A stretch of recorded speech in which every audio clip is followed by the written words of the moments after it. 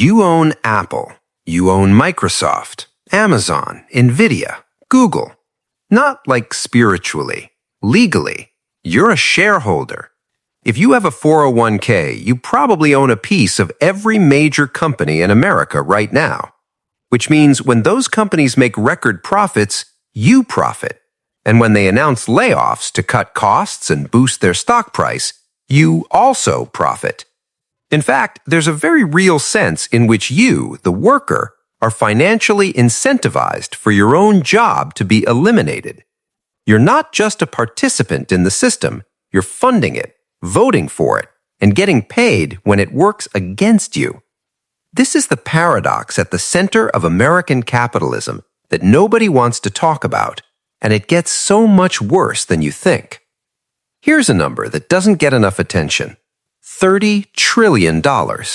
That's how much Americans currently have sitting in retirement accounts, 401ks, IRAs, pension funds. For context, that's bigger than the entire U.S. federal budget. It's larger than the GDP of every country on Earth except the U.S. and China. And almost all of it is invested in the stock market. Now, this is usually framed as a good thing, the democratization of wealth, regular people participating in the growth of American companies. But here's what that narrative misses. When you invest your 401k, you're not just buying stocks, you're buying voting shares. Shares that come with the legal right to vote on corporate decisions. Who gets to be on the board? How much executives get paid? Whether the company should merge, expand, or downsize. Every share is a vote, and you, along with tens of millions of other American workers, collectively own enough shares to control almost every major corporation in the country. Except you don't control anything, because you never actually get to vote. Let's walk through what happens when you contribute to your 401k. You pick a fund.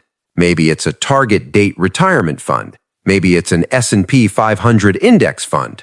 Most people just pick whatever has the lowest fees and the word growth in the title. That money goes to a fund manager, probably Vanguard or BlackRock or State Street. These three firms alone manage over $20 trillion in assets. They're called the Big Three. And here's the key thing. They don't just hold your money, they vote your shares. Every time there's a shareholder vote at Apple or ExxonMobil or Walmart, BlackRock and Vanguard show up with millions of votes that technically belong to you, but you never get a ballot. You're never asked. You probably don't even know it's happening.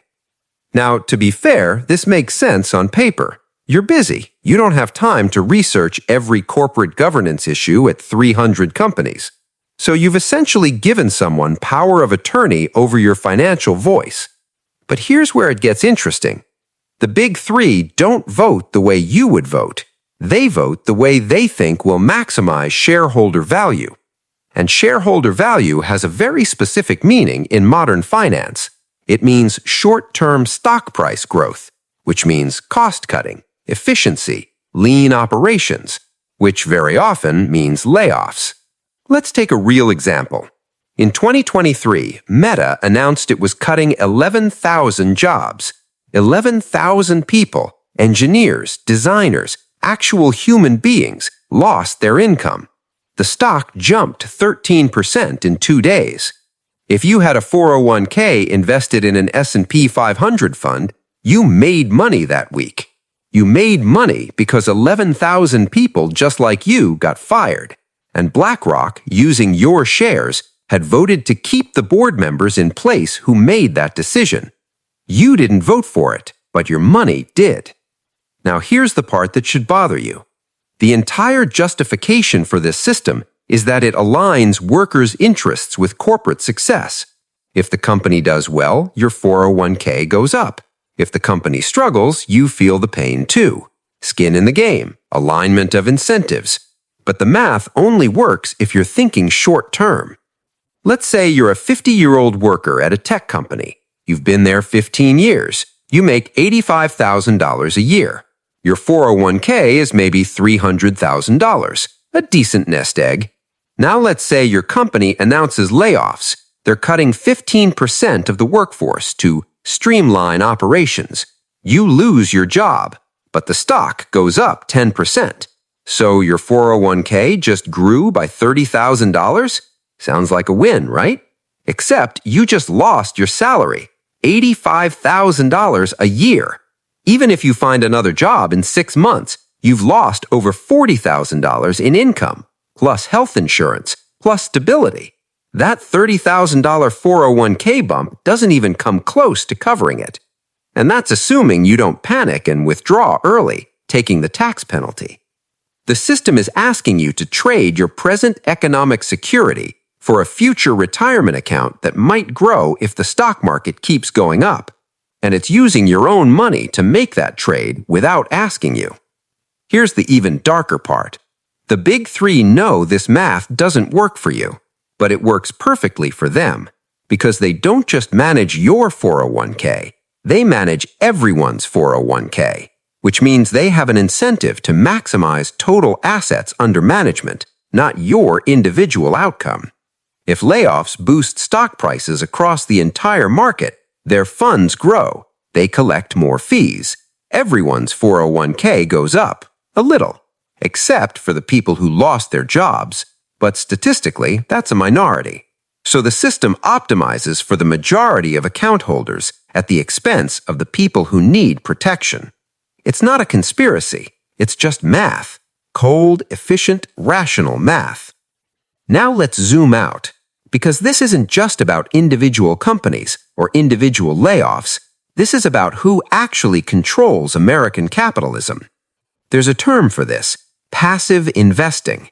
It used to be that if you owned stock in a company, you were actively involved, you researched it, you cared about what it did.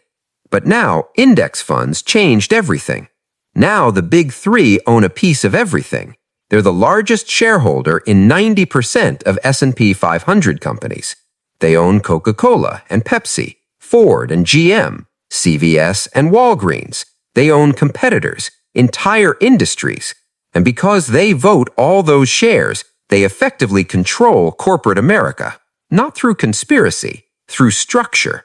They have a vested interest in industry-wide stability, not competition, not disruption. If Coke and Pepsi get into a price war, both stocks drop. The fund loses value. But if both raise prices at the same time, the fund wins twice.